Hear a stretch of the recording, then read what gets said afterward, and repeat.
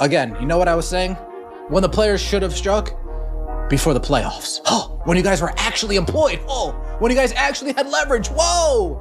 That's what Thus said, we are going to have to compromise on some things, and they are going to have to compromise on some things. I have not heard that from any other player at all. The word compromise, which is exactly what has to go down here, you know, in order for this to get done. Tonight, something happened that nobody inside USA basketball was prepared for. Because when Caitlin Clark returned, it wasn't quiet, IT wasn't careful, and it definitely wasn't normal. IT was panic-inducing. And listen closely.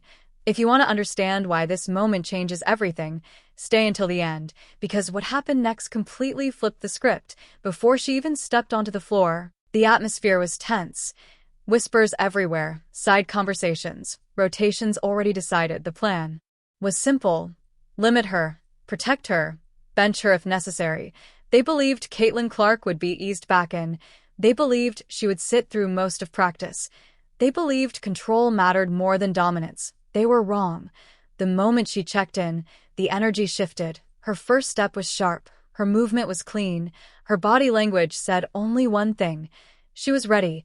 And oh hesitation, and oh Russ, and oh fear. First possession, she reads the floor instantly. The defense leans, the space opens, she pulls it. The gym goes quiet, not a loud quiet, but that uncomfortable silence where everyone realizes something has just changed. Playing.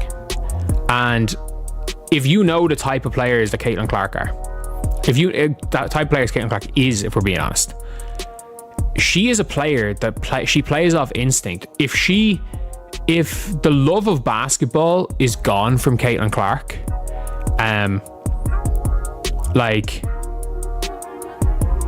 she's not going to be the same player. She's just not.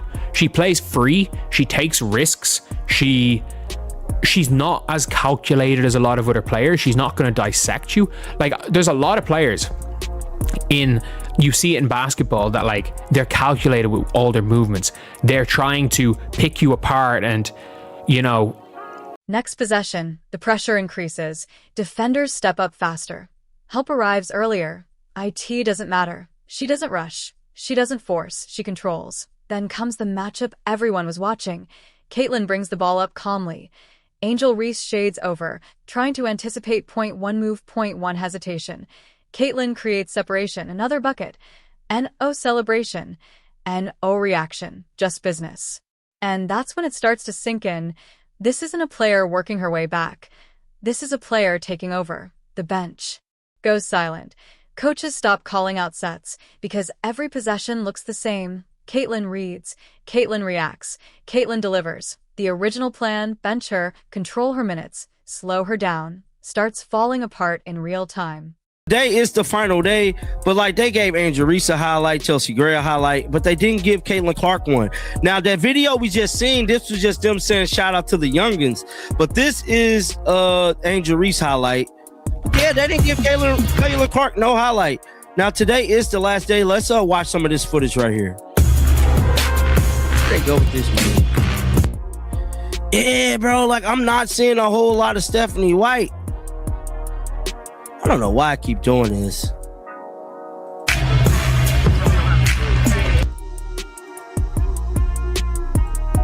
Yeah, I'm just not seeing a whole lot of Stephanie White. Because how do you sit someone who is clearly the smartest player on the floor? She starts pulling defenders out of position. She creates shots without forcing a single look. She stretches the defense deeper than they want to go. And suddenly, it's not about her scoring. It's about how everything works better with her. The offense flows, spacing improves, decisions get faster. This is the uncomfortable truth. Caitlin Clark didn't disrupt the system.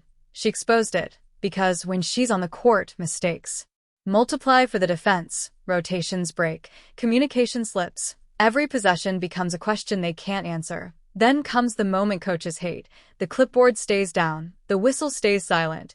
They just watch. Another deep shot, another perfect read, another calm walk back on defense. Called their asses out today. She said, stop playing games. We need to play.